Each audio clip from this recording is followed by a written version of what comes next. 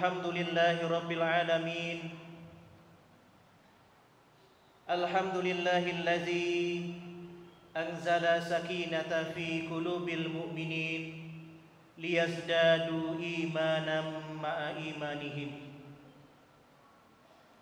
Ashhadu an la ilaha illallah wahdahu la syarika lah wa ashhadu anna Muhammadan abduhu wa rasuluhu la nabiyya ba'dah.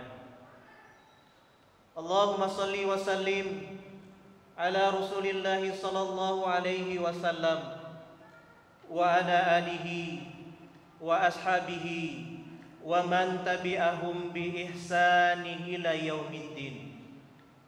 Rabbi israh li sadri wa yassir li amri wahlul 'uqdatam min lisani yafqahu qawli.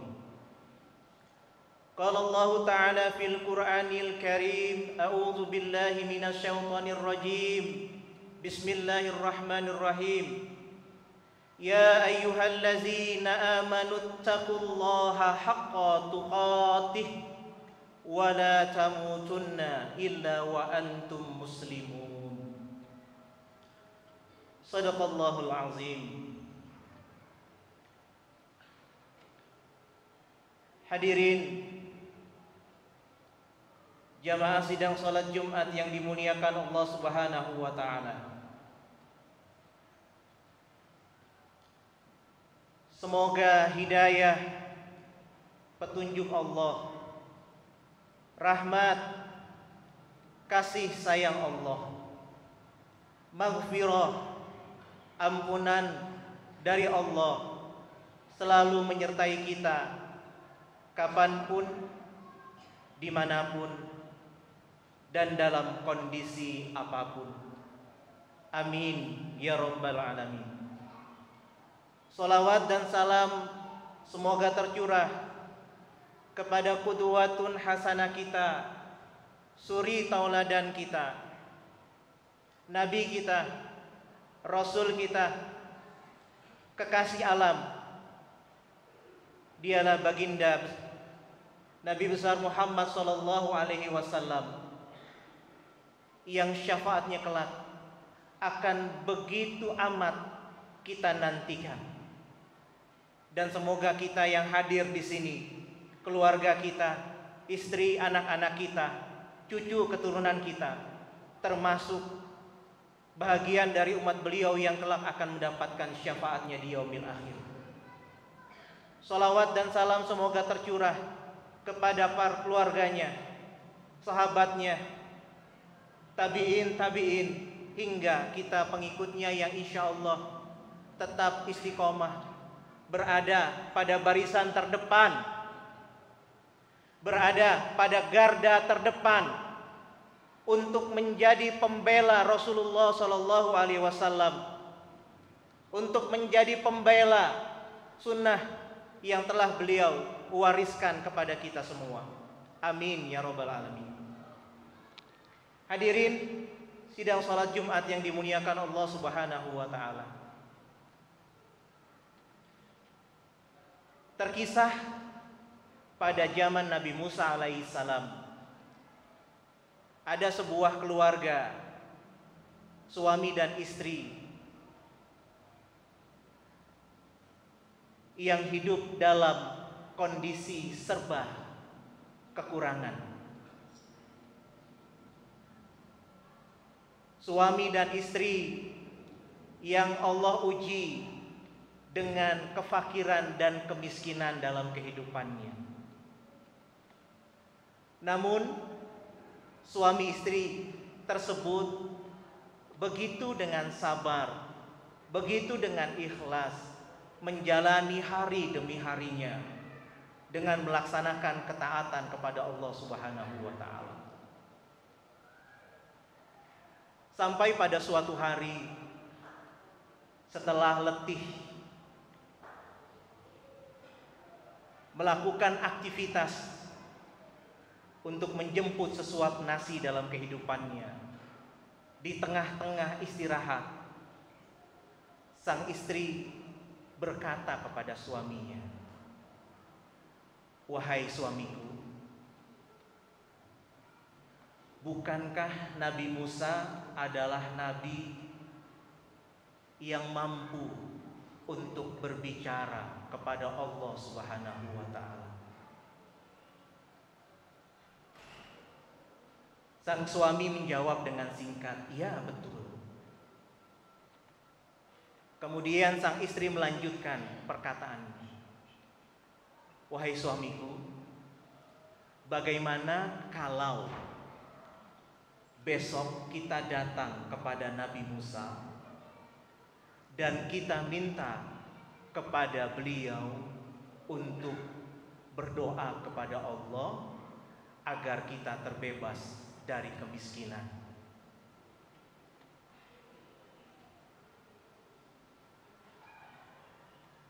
Keesokan harinya, suami dan istri ini pun datang untuk menghadap kepada Nabi Musa.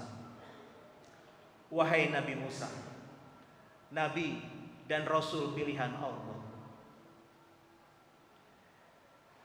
kami punya permintaan." Apa kata Nabi Musa? "Tolong bantu kami untuk bermunajat kepada Allah agar Allah melepaskan kemiskinan dan kefakiran yang kami alami dalam hidup ini." Karena sebuah permintaan yang baik, kemudian Nabi Musa mengiyakan permohonan dari sepasang suami istri tersebut. Lalu Nabi Musa alaihissalam mengangkat kedua tangannya seraya berdoa dan bermunajat kepada Allah Subhanahu wa taala. "Ya Allah, ada dua orang dari umatku meminta tolong kepadaku, bermunajat kepadamu agar dibebaskan dari lilitan kemiskinan dalam kehidupannya."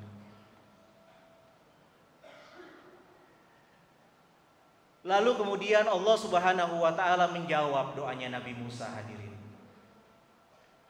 Allah berkata kepada Nabi Musa, "Wahai Musa, aku terima permohonanmu. Aku kabulkan doamu. Sampaikan kepada umatmu, sampaikan kepada suami dan istri yang meminta tolong bermunajat kepadamu, bahwasanya aku akan melepaskan kemiskinan yang dialaminya dalam kehidupan ini. Namun itu hanya berlaku selama 1 tahun. 1 tahun Allah berikan kekayaan kepada sepasang suami dan istri ini. Kemudian setelah itu mereka akan kembali dalam kondisi kemiskinan. Perkataan Allah ini pun disampaikan oleh Nabi Musa kepada umatnya tadi dengan sangat bahagia, dengan sangat gembira atas jawaban permohonan yang dia sampaikan. Kemudian dalam beberapa hari Allah buka pintu rezekinya. Allah datangkan rezeki-rezeki dari arah-arah yang tidak pernah diduga. Kemudian jadilah sepasang suami istri ini menjadi seorang yang kaya, yang agnia di kotanya. Hari demi hari dia lewati, waktu demi waktu dilalui oleh sepasang suami istri dengan penuh ketaatan kepada Allah Subhanahu wa taala. Mereka tidak lupa bahwasanya yang diberikan oleh Allah hanya sebuah titipan. Mereka juga tidak menjadi sombong dengan kekayaan, kelimpahan rezeki yang dimilikinya, karena mereka yakin ini hanyalah pemberian sesaat. Suatu ketika menjelang batas 1 tahun berakhir, sang istri berkata kepada suami, "Suamiku, sebentar lagi 1 tahun. Dan Allah berjanji, Allah bilang setelah lewat 1 tahun kita akan kembali miskin. Bagaimana kalau di masa injury time 1 tahun ini kita tingkatkan lagi ibadah, ketaatan, dan sarana kebermanfaatan yang kita lakukan selama ini. Sang suami setuju, betul istriku. Setelah lewat 1 tahun kita akan kembali miskin. Kemudian hadirin, apa yang dilakukan oleh sepasang suami istri ini? Maka di masa menjelang-jelang akhir mendekati 1 tahun, di persimpangan rumahnya, dia bangun sebuah rumah. Dia bangun sebuah rumah yang menariknya adalah rumah ini dibangun dengan 7 pintu. Jadi siapapun yang datang dari arah manapun bisa masuk ke rumah itu dengan 7 pintu yang sudah dibuat. Apa tujuan dan maksudnya dari sepasang suami istri ini? 7 rumah dengan 7 pintu itu dibuat untuk memberikan pelayanan kepada masyarakat, kepada saudaranya yang dari jauh yang membutuhkan pertolongannya. Ada yang kelaparan datang dari pintu pertama diberikan makan.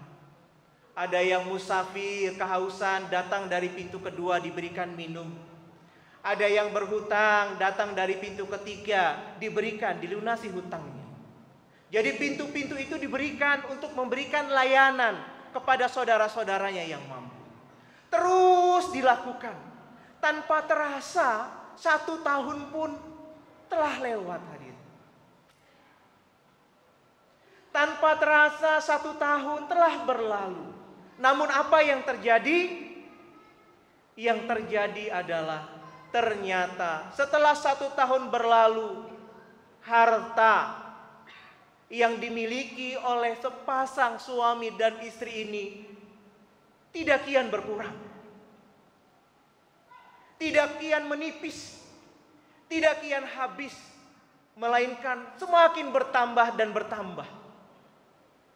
Suatu hari Nabi Musa datang bersilaturahim kepada umatnya tersebut, dan keheranan dalam hatinya Nabi Musa berkata, kan kata Allah ini cuma 1 tahun. Ini 1 tahun sudah lewat, namun umatku ini tidak kembali kepada kemiskinannya. Kemudian Nabi Musa berdialog dengan Allah Subhanahu wa ta'ala. Ya Allah, ada apa gerangan ini dengan umatku? Engkau ijabah doanya, engkau janjikan, engkau berikan limpahan rezeki hanya dalam waktu 1 tahun. Namun sekarang sudah 1 tahun lebih, umatku tidak kembali kepada kemiskinan. Jawaban dari Allah ini yang kita bawa pulang di kesempatan waktu sholat Jumat yang terbatas ini hadirin. Allah Subhanahu wa ta'ala menjawab, berdialog dengan Nabi Musa. Wahai Musa, benar kiranya apa yang telah aku katakan kepadamu. Benar kiranya aku telah membuka 1 pintu kepada hambaku. Aku telah membuka 1 pintu rezeki kepada hambaku. Namun ternyata hambaku membuka 7 pintu rezeki untuk hamba-hambaku yang lain. Aku malu wahai Musa. Apakah aku yang paling dermawan atau hambaku yang lebih dermawan dariku? Hadirin sidang salat Jumat yang dimuliakan Allah Subhanahu wa ta'ala.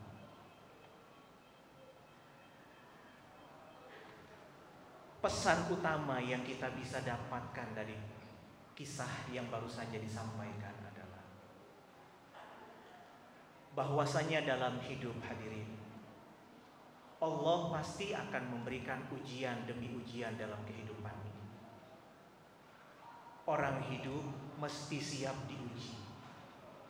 Orang hidup tidak siap diuji berarti ada masalah dalam kehidupan. Hidup tidak selalunya rata, hadirin. Ada kalanya naik, ada kalanya turun. Ada kalanya ombak, ada kalanya landai.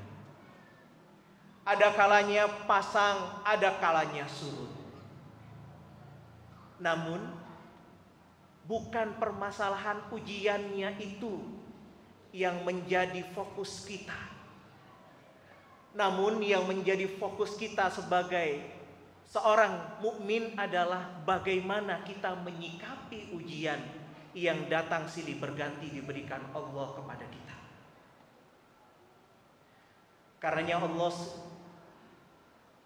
Karenanya Rasulullah SAW dalam sebuah hadis masyhur pernah berpesan kepada kita. Sungguh ajaib, sungguh istimewa orang mukmin itu. Seluruh urusannya itu baik. Ketika ia diberikan nikmat, maka dengannya ia bersyukur. Syukurnya menjadi kebaikan. Ketika ia diberikan ujian, ketika ia diberikan musibah, maka ia bersabar dan sabarnya menjadi kebaikan.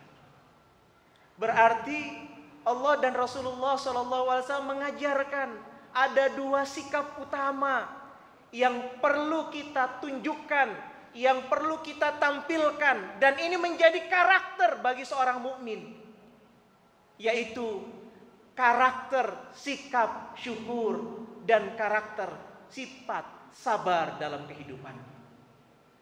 Dan kedua-duanya ini baik di hadapan Allah Subhanahu wa taala.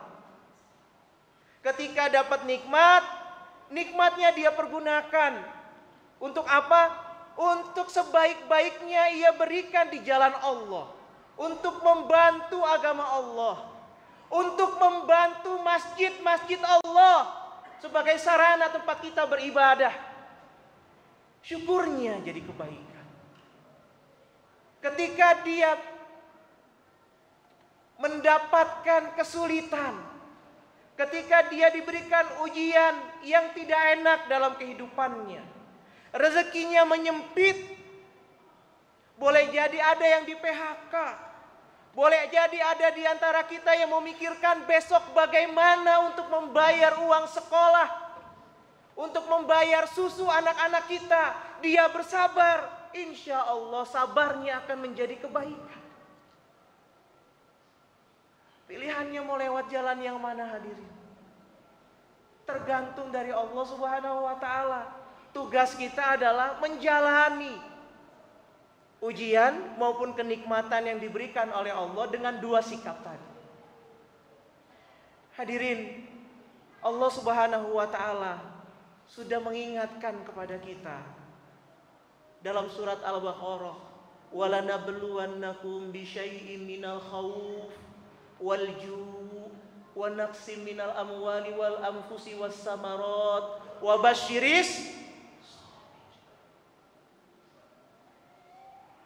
Kurang harta, kurang benda, kurang jiwa, kurang perniagaan. Kata Allah, katakan kepada hambaku, wa basyiris sabirin, sabar. Jadi salah satu tips dari Allah untuk melewati ujian adalah sabar. Qalu inna lillah wa inna ilaihi raji'un. Sabar itu bukan berarti pasif. Yang pertama, ketika ada ujian, terima. Boleh jadi ujian ini sebagai sarana mengangkat derajat kita di hadapan Allah. Coba kita ingat ketika dulu kita sekolah, hadirin. Bukankah dari SD ke SMP harus lewat ujian?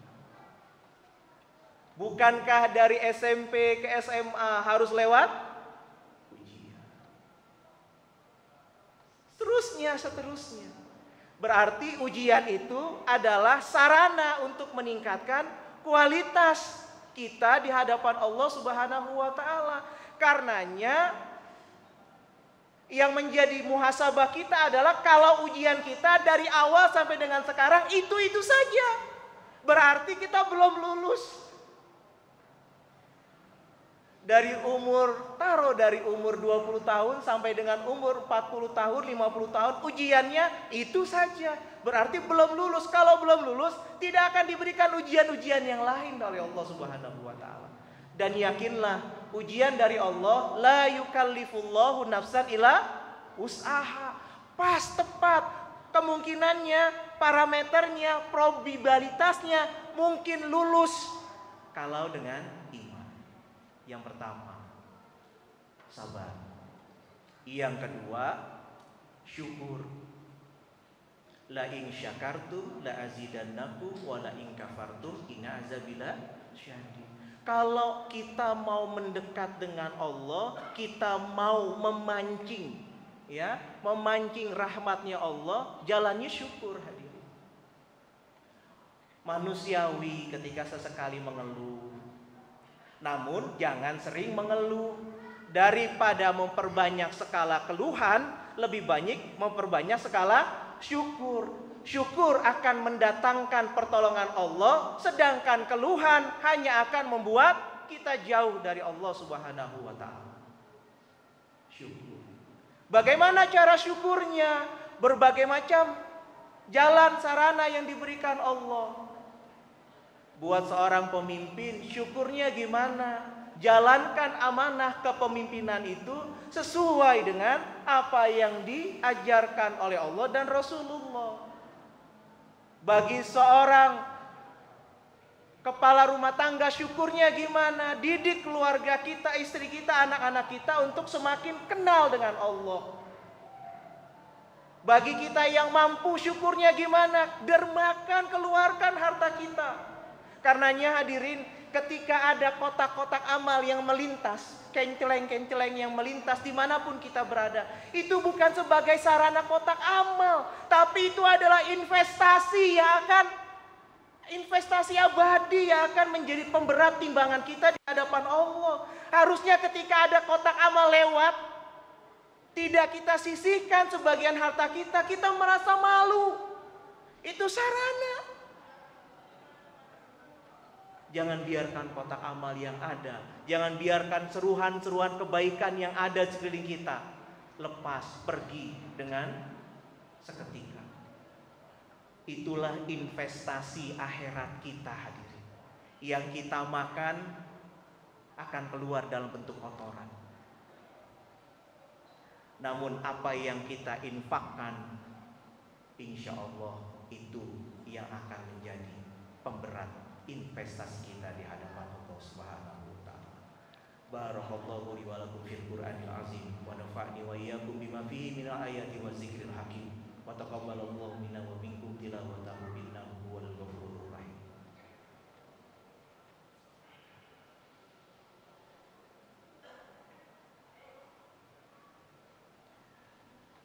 Alhamdulillah. Alhamdulillah.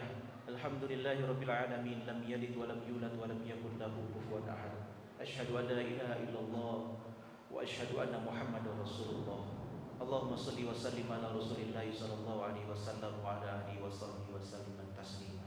Qala Allah ta'ala fil Qur'anil Karim, a'udzu billahi minasyaitonir rajim. Ya ayyuhallazina amanu ittaqullaha haqqa tuqatih wa la tamutunna illa wa antum muslimun. Shadaqallahul azim. Hadirin, sebelum kita berdoa, Jumat itu adalah hari yang mulia, dan Allah sisipkan keistimewaan di hari Jumat. Ada satu waktu di hari Jumat Allah berikan keistimewaan. Barang siapa yang berdoa di waktu-waktu itu, insya Allah doanya akan diijabah oleh Allah Subhanahu wa taala. Membesar peluang doa kita diijabah. Kapan waktu itu? Waktu itu adalah setelah asar, menjelang maghrib. Karenanya nanti ketika waktu asar setiap hari Jumat menjelang maghrib, jangan sia-siakan. Itu adalah waktu mustajabnya doa kita di hadapan Allah Subhanahu wa taala. Karenanya hadirin, Rasulullah mengingatkan kita dalam salah satu hadis yang singkat, riwayat Muslim nomor 1631. Ketika Bani Adam itu meninggal dunia, akan ada 3 amalan yang akan terus dibawa dan tidak akan terputus. Yang pertama adalah shadaqatul jariyah. Jadi sedekah yang kita serahkan, yang kita berikan untuk dakwah, untuk syiar, itu menjadi amalan abadi kita di hadapan Allah Subhanahu wa taala. Mari kita terus dermakan, kita bantu masjid kita. Tadi kita mendengar bahwasanya di masjid yang kita cintai, tiap hari kita gunakan sholat Jumat, tiap hari kita gunakan sholat subuh, saldonya itu minus. Masjid sebesar ini kalau bukan jamaahnya, yang menjadi penopangnya siapa lagi? Dan yakinlah, as-sadaqatul la yanfus bal yazdah, bal yazdah, bal yazdah. Sedekah yang kita keluarkan demi Allah tidak akan mengurangi harta benda kita, melainkan akan bertambah, bertambah, dan bertambah. A'udzubillahi minasyaitonir rajim. Bismillahirrahmanirrahim. Alhamdulillahirabbil alamin. Alhamdulillahirabbil alamin. Alhamdulillahirabbil alamin. Allahumma shalli ala Muhammad wa ala Muhammad. Allahumma ighfir lil mu'minina wal mu'minat wal muslimina wal muslimat al ahya'i minhum wal amwat innaka sami'un qaribun mujibud da'wat wa ya qadiyal hajat. Rabbi ighfir lana wa liwalidina warhamhum kama rabbayana shighara. Rabbana hab lana min azwajina wa dzurriyyatina qurrata a'yun waj'alna lil muttaqina imama. Rabbana atina fid dunya hasanah wa fil akhirati hasanah wa qina azabannar wa qina azabannar wa qina azabannar walhamdulillahi rabbil alamin. Ibadallah, innallaha ya'muruna bil adli wal ihsan wa ita'i dzil qurba wa yanha 'anil fahsya'i wal munkari wal baghi ya'izukum la'allakum tadhakkarun wa la dzikrullahi akbar.